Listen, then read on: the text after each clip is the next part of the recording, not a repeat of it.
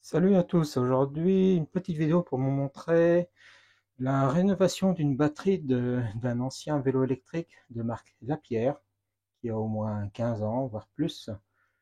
Donc le pack batterie ressemblait à ça, avec le témoin de charge ici et deux contacts qui sont là, qui se trouvaient de ce côté-là. Après avoir démonté la batterie, on s'aperçoit qu'à l'intérieur il y a tout ça, c'est-à-dire une grosse plaque qui a été moulée dans le silicone qui est le BMS et le circuit de charge,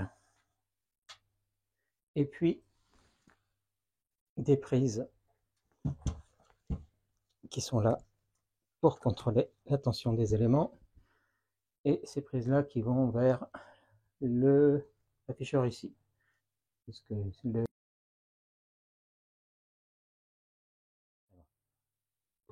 lorsqu'on démonte tout ça, eh bien on a 7 éléments poche de chacun 10 ampères heure, et chaque élément fait dans les 3,6 volts puisque c'est des lipides. Et on trouve ici donc un BMS d'ancienne génération moulé dans le silicone pour l'étanchéité, ce qui est plutôt preuve de sérieux. D'ailleurs, le BMS est toujours fonctionnel, il n'y a pas de souci. Puisque ça, c'est quand même très compliqué à trouver de la taille et de la capacité qu'il a bien, sachant qu'en plus ça faisait 10 ampères heure et donc il y a peut-être moyen de mettre un peu plus puissant dans ce boîtier. Eh bien, j'ai regardé à remplacer les éléments par des 18650 classiques. Et ça ne matchait pas bien par rapport à la taille de ça. Donc je me suis tourné vers des éléments 21700 qui sont légèrement plus grands, comme leur nom l'indique, que les 18650. 18650 pour mémoire, ça fait 18 de diamètre et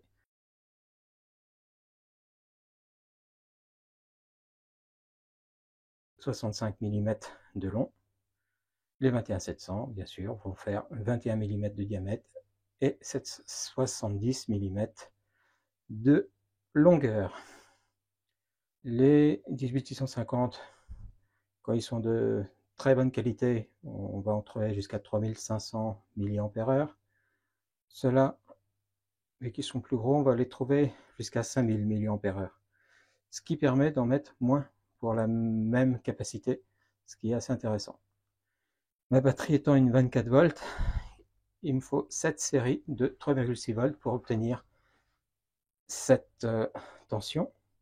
Et vu que je voulais obtenir au moins 10 ampères heure, voire plus, j'ai mis des modules de 4 en parallèle en espérant avoir 20 ampères heure, puisque 5000 ampères heure en parallèle x 4 ça fait 20 ampères heure, et tout ça sur 7 modules, ce qui me laisse la place pour le BMS. Alors les éléments que j'ai achetés chez AliExpress, c'est des Jouim, mais ils sont pas terribles, ou alors ils sont contrefaits, puisqu'ils sont bien indiqués 5000 mAh, mais en réalité, testés un par un, je les ai testés tous avec ce chargeur-là, et j'obtiens péniblement 4500 mAh par élément.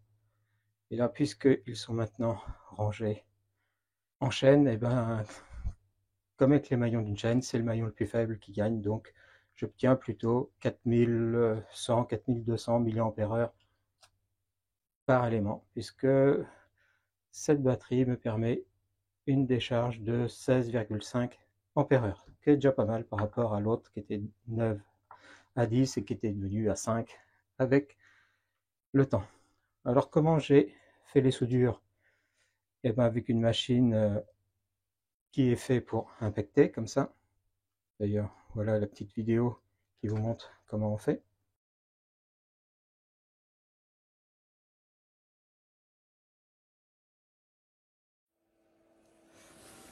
Alors, je vais vous montrer par exemple comment on soude ensemble deux éléments 18650.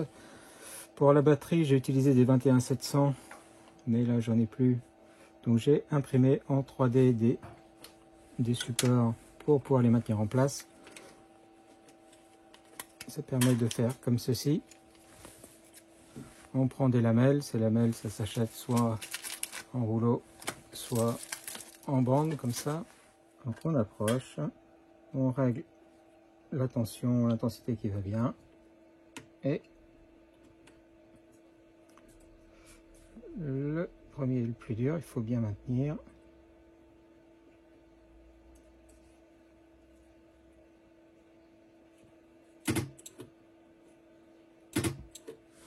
Et voilà, c'est impacté.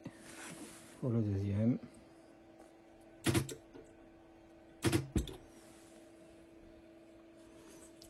Et après, on retourne. Ou dans ce cas-là, on peut même mettre directement ici. C'est étudié pour.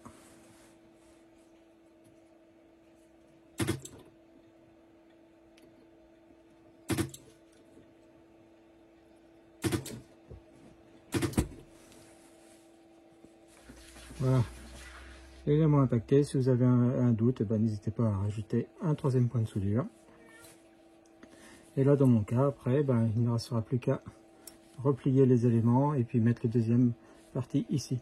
Alors, il faut mieux replier sur la partie moins, puisque cette partie-là est au même potentiel que la base. Ici, uniquement cette partie-là est au potentiel plus. Si on remplit là et qu'il y a un défaut d'isolement, eh bien vous faites un court-circuit, donc il faut mieux éviter. On voit ici chaque bloc de 4 éléments qui est fixé au suivant par des soudures à l'étain de chaque côté. Les deux étages sont séparés par du caoutchouc mousse double face autocollant qui permet de favoriser les échanges thermiques.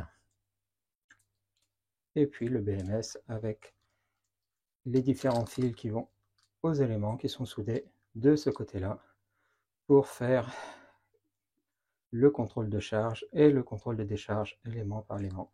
Cet élément fait également balancing et il a un port de charge séparé.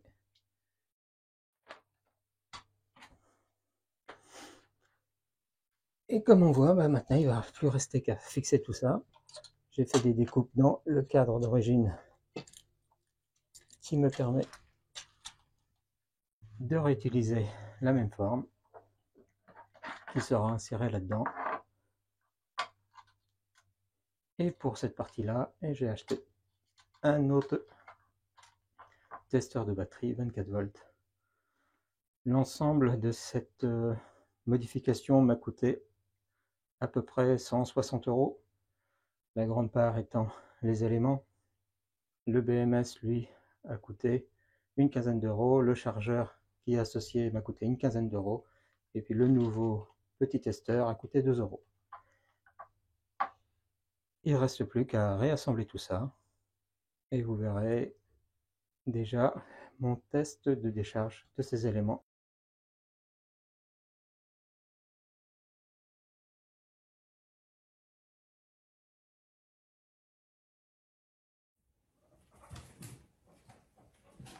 La sortie passe sur un wattmètre qui donne différents éléments comme le temps écoulé, les ampères cumulés, les watts-heure maximum, etc.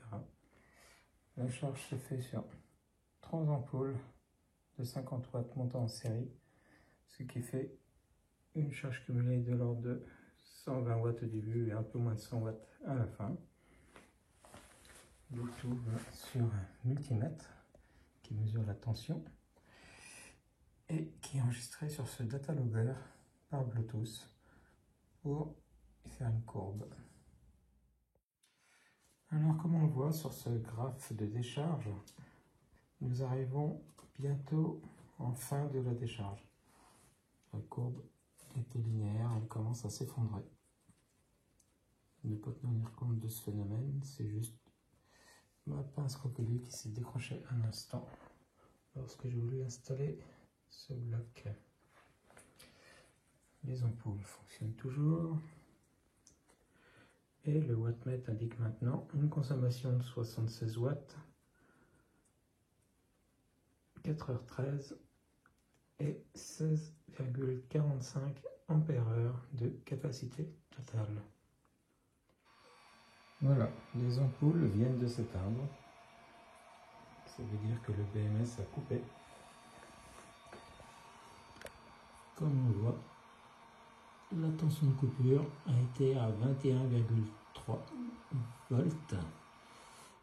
Habituellement, les éléments ont une tension minimale de 3 volts. Il y en a 7 en série, donc 21 volts. 21,3 volts, c'est cohérent. Je vais pouvoir sauver les données pour en faire une courbe. Voilà pour ce qui est des tests